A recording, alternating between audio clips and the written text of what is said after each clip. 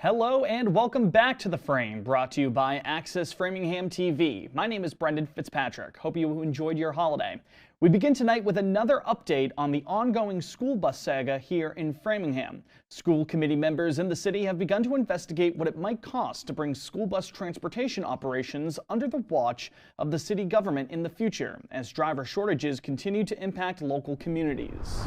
At a recent meeting, Executive Director of Finance and Operations for Framingham Public Schools, Lincoln Lynch, laid out how much it would cost to conduct an in-house model instead of continuing their partnership with NRT Bus Incorporated, which is currently under contract to carry out busing, despite still being 20 drivers short of what their agreement mandates. Preliminary estimates from Lynch show that the fiscal year 2025 budget would include a roughly $8.6 million cost should NRT be kept around, while a cost of around $9.3 million was applied to the self-operated option. Lynch added that the figures reflect what he called an all-in focus for yellow school buses. That means the highest anticipated costs are accounted for, including staff benefits, hiring incentives, and summer operations. The idea is to be as attractive as possible. So if we can cover some costs for training and things like that, I think Framingham would be the ideal spot to come. The city is also now inviting bids for those school buses to be leased for a 3-year window starting in July of next year, as Lynch explained that dispatch and driving services would be retained by Framingham. With this strategy, Lynch said that better prices for leasing buses could be had as the school district begins a larger conversation on how to move forward. Just know that things can change, and we can look at a more realistic number of how many drivers we really think that we're going to hire for next year due to the driver shortage.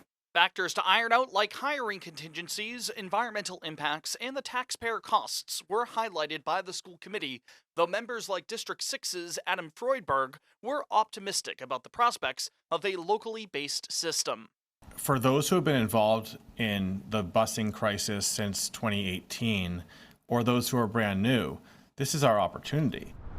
Meanwhile, more than 1,000 migrants who have come to Massachusetts in the last few months have been aided at work authorization clinics this month, according to state and federal officials. Governor Maura Healey announced the events recently as government agencies are working towards easing the shortages felt within the state's emergency shelter system due to the consistent influx of people fleeing other countries. Framingham is just one of many municipalities in the Commonwealth that have been impacted by this situation. In a statement, Healey said, quote, "Work authorization is key to helping new arrivals get jobs that will help them support their families, move out of emergency shelter into more stable housing options, and fill critical workforce needs across our economy."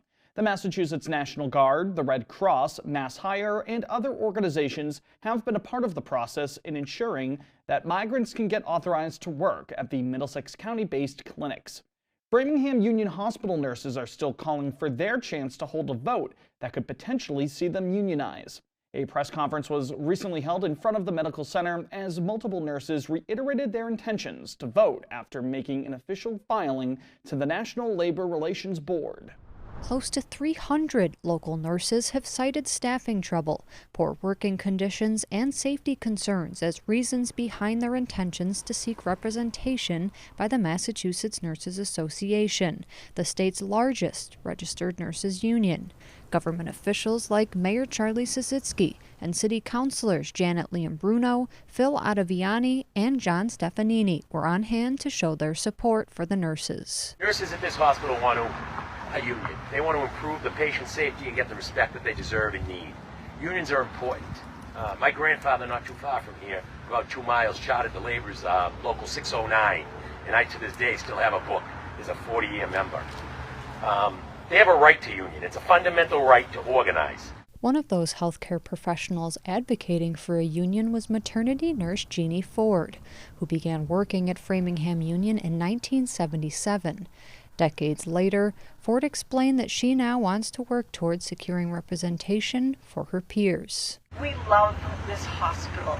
We want to take control again and be the nurses we were back 40, 50 years ago. The MNA alleges that the Tenet Healthcare Corp Texas-based company that owns and operates Framingham Union Hospital has been denying the union vote on purpose through an appeal. The association claims that Tenet is, quote, trying to strip nurses of their right to vote, end quote. Katie Murphy is the president of the MNA. We want to say to Tenet today, stop the appeals to Washington, D.C. Stop the union busting. As of the time of our recording, the Frame has not received a response from Tenet or Metro West Medical Center, which is owned by Tenet, to a request for comment on this matter. More discussion on financial transparency took place this week between the Framingham City Council's Finance Subcommittee and Chief Financial Officer. City Council members like John Stefanini of District 8 have said that they've requested extensive financial reports. Chair of the subcommittee, George King, mentioned that providing the September quarterly report would be a, quote, good place to start, end quote, in order to promote transparency. CFO and Director of Administration and Finance for the city, Luis Miller, offered up numbers for the 2023 fiscal year and the 24 fiscal year to date. But Stefanini expressed frustration Tuesday night during the meeting, claiming that he hasn't seen everything he's called for. What's going on here? Is this like a shell game? It really is insulting. I mean, do you not see what's going on here? Well, I would like to understand exactly what it is that you do think is going on, because I am not coming here to try to hide anything from you. I am coming here, I am working, excuse me, I am speaking. Excuse me. I spend many hours every day working for the city, trying to fix the issues that there are with the financial systems. We are working really hard to answer your questions in addition to everything else that needs to be done. Miller explained that she'll work to provide payroll information within the next week. Members of the subcommittee said they were appreciative of Miller's efforts to present details this week, though Stefanini was still searching for answers regarding the current state of affairs ahead of next week's city council meeting. To learn more about that city finance story and others that matter to local residents, visit our website, www.theframe.news. You can find the latest information and features we have to offer there, including our community's local Instagram feeds. From need-to-know announcements to events going on around the city, you can stay up to date with us. You can also sign up for our newsletter on the website to keep in touch with The Frame throughout the week. Also, if you've got a tip for us, email us at theframe@accessfram.tv or call our tip line. It's 508-216-0003. Framingham State University's McAuliffe Center completed a climate study back in July, and the results are finally in. It found that densely populated urban areas tend to be hotter than that of greener, more suburban areas, in some instances by as much as 10 degrees. The Frame was joined by the director of the McAuliffe Center at FSU, Dr. Irene Porro, who shared with us the importance of this study. This is our weekly focus. We wanted to have the data to confirm which part of Framingham, for example, need more attention as we move forward as the climate is getting warmer, how we can get those parts of town to get more comfortable as we move forward. You know, we already had some, of course, understanding, you know, you walk into certain regions in downtown Framingham, for example, you can tell it's warmer than in areas where in a park, right, whatever. But we needed to have the data to really have a clear evidence where certain areas are much warmer during hot days in the summer than other areas in the same Metro West concept. How many people were involved in the making of this study? It was a kind of citizen science project. So apart from our team, and we had up to 7 people from our team, plus about 50 volunteers who drove their cars over the period of the day at different times during the day to actually measure the temperature. For the volunteers, I think the hardest part was to drive in traffic because that was the hardest part. For the rest, they were provided with a sensor that they just put outside of their window, and the sensor was equipped to record both actually temperature and humidity. So they had very specific path that they had to follow. So for about an hour, they drove around from start point to end point at the steady pace. So they could not go past like 35 miles an hour.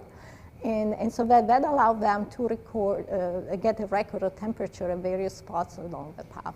You alluded to already having an idea of some parts of the city, some parts of communities being hotter than others, but actually sinking your teeth into the data. What were some of the most interesting findings that you saw, and what can people learn from those stats? What we know that urban heat islands are characterized by lack of trees, a lot of paved surfaces, and a lot of concrete and buildings, right? So it's not difficult to identify those areas when you walk around our town. You know that. Again, so what we notice that, for example, in Framingham, downtown Framingham, as it can reach up to a temperature that are up to 10 degrees hotter than the suburban areas, where again there are more trees, individual homes with their own backyards, but also parks. And as they say, really vegetation is what makes a huge difference. So that, again, was a confirmation of what we already knew. We didn't know exactly the range, but the fact that you can have a 10-degree difference, you can imagine in a day when we have 90 degrees temperature everywhere, that's going to go to 100, right? So it's not 70 to 80, that is what concerns us, is when this is really one of those heat waves, these areas like downtown can reach much higher temperatures because they are a heat island. You mentioned that community involvement, community volunteers were such a big part of this study. Going forward, what can community members do or local governments do in order to bring some of those numbers down and be, more efficient and more climate friendly? We really, from the beginning, we were working collaborations with 5 municipalities. So from the beginning, we were working with the sustainability coordinators of all our partner municipalities. That's critical because, as you said, otherwise you have just data that it might be interesting, but then what do we do with that?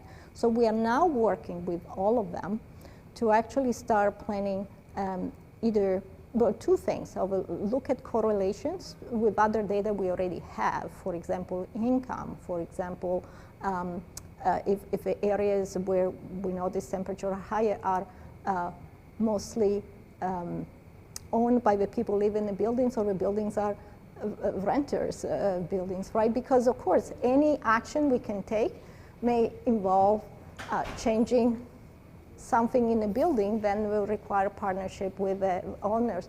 Or if they are more like municipal grounds, then they will require the cities maybe to plant more trees, right? So there are different actions that they can be taken, but we are working with the municipalities for them to assess what are the most urgent action we can take.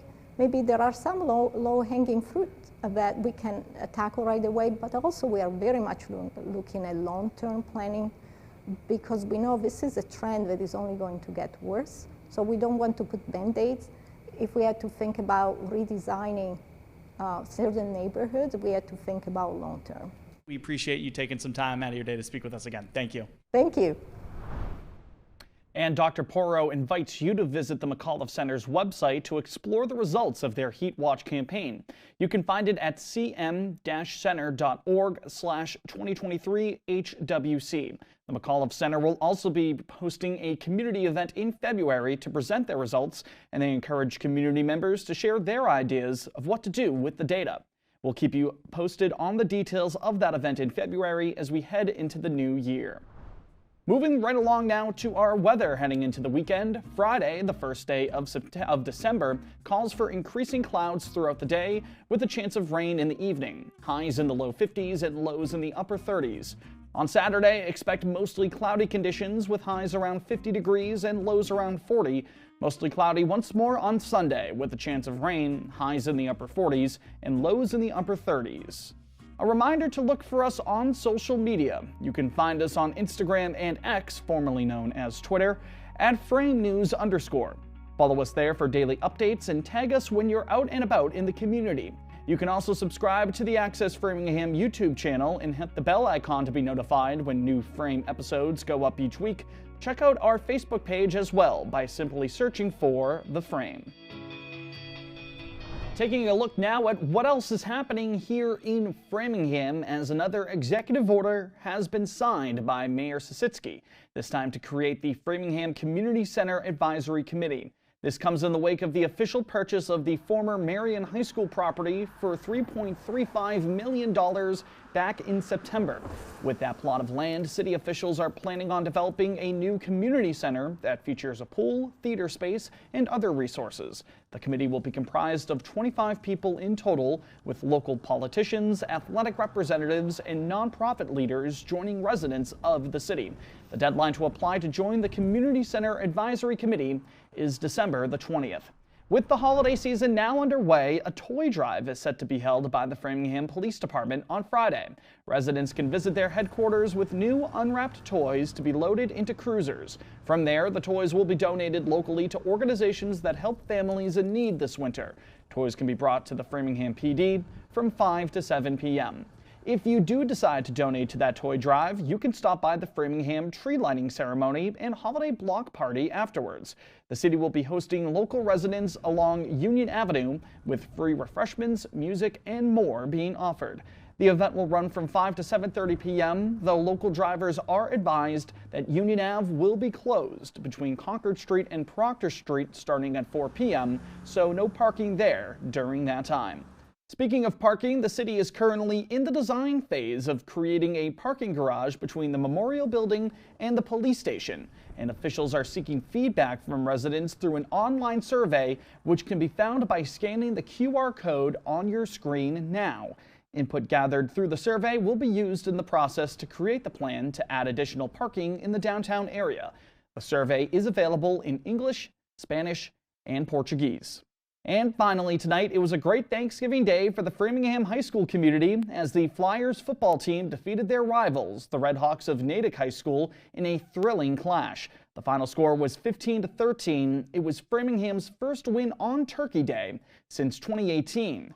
The play of the game came with only a few seconds left in the fourth quarter as junior quarterback for the Flyers, Mateus Silva, scrambled to his left for 11 yards before diving towards the pylon and into the end zone for the go-ahead touchdown.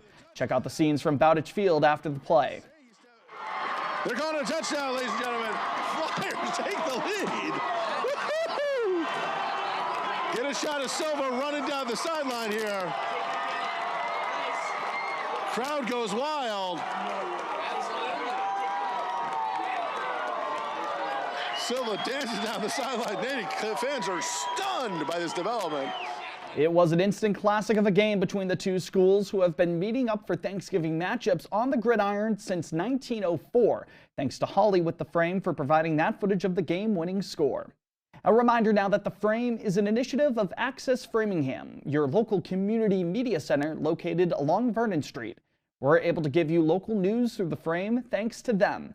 You can find Access Framingham on RCN Channel 3, RCN HD Channel 1100, Comcast Channel 9, and Verizon Channel 43. The Frame airs on Access Framingham weekdays at noon and 7 p.m., as well as on Saturdays and Sundays at noon. For more details, visit www.accessfram.tv. That will be it for this week's Framingham News in Focus. For everyone here at the Frame, we want to thank you for spending time with us tonight. I'm Brendan Fitzpatrick. We'll talk to you next week. Take care.